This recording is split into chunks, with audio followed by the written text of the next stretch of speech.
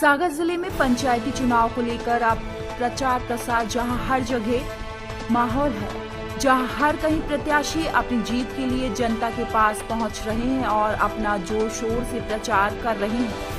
में ग्रामीणों की समस्या जानने और उनका अपना सहयोग की अपील को लेकर सागर की ग्राम पंचायत सिरौंजा में चुनाव प्रचार करने निकली रश्मि उर्फ आशु भूपेंद्र ठाकुर घर घर जाकर रश्मि अपनी पंचायत के लोगों से पंचायत के संपूर्ण विकास, महिला सशक्तिकरण, पानी, स्वास्थ्य जैसे मूल मुद्दों को लेकर जनता से अपने पक्ष में मतदान करने की अपील करती नजर आई।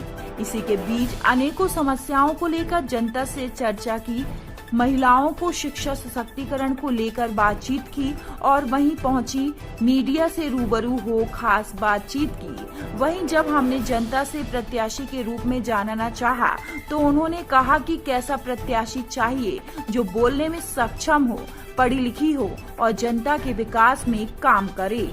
सबका चाहत हैं यहाँ रोड भी आपके घर के ही सामने आते हैं हम, मतलब ये है कि हमारे दिक्कत नहीं हो, हमारे जाए तो हमारे किसी ने और यहाँ की दिक्कत भी है। चलो आज भी दे रहे हैं क्या भी को मतलब भी खड़े हो रहे हैं और अथवा जीते ना जीते क्या भी को मतलब तो फिर तो बेजाई कह रहे हैं कि पानी में तो जाके खत्म ही नहीं पानी फिर हमारे का यहाँ पे आपके घर के सामने रोड भी नहीं बनी है। बनी है, आप देख लो, खुद देख लो आप। तो ये रोड हम लोग कह सकते हैं कि रोड नहीं बनी, तो कैसा सरपंच और कैसे आप सोच के रखे हो? कई लोग आ रहे होंगे आपके घर में। इतना अच्छा सरपंच चाहिए जैसे आप लोग सब सुविधा चाहते हैं, हमारे जौन सुविधा हमारे को मिला उनको सरपंच बनाओ चाहते हैं। भूपेंद्र ठाकुर है और मैं सिरौंजा ग्राम पंचायत से सरपंच पद की उम्मीदवार हूँ।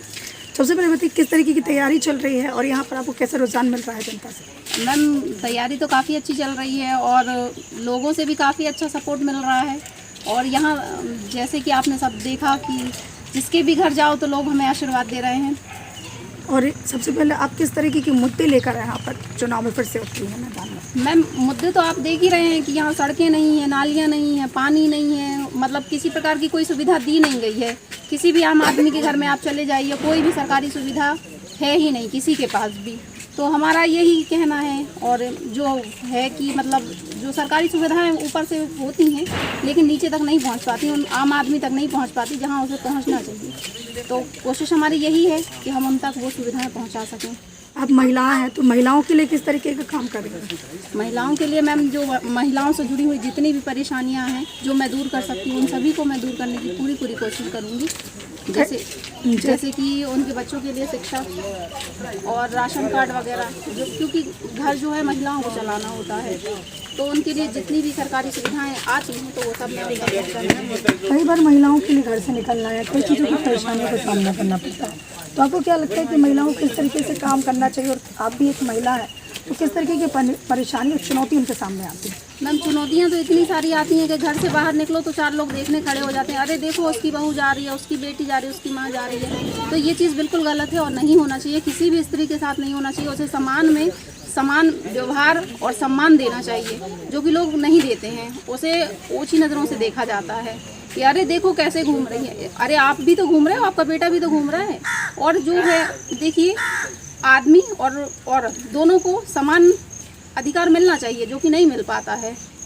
अगर आप जीतती हैं तो आप किस तरीके का प्रयास करेंगी कि यहाँ की पंचायत में विकास हो? मैम यहाँ पहली चीज़ तो जो काफ़ी पिछड़ा हुआ गांव है तो हमें काफ़ी मेहनत करनी पड़ेगी इसके ऊपर। और यहाँ आप देख ही रही हैं परिस्थिति, लोगों की भी देख रही हैं कि काफ़ी ज़्यादा गरीबी है और सड़कें तो बिल्कुल ना के बराबर हैं और ना नालियाँ हैं, ना पानी की व्यवस्था है, ना लाइट है और ना राशन कार्ड है और विधवा पेंशन भी नहीं है, वृद्धा पेंशन भी नहीं है।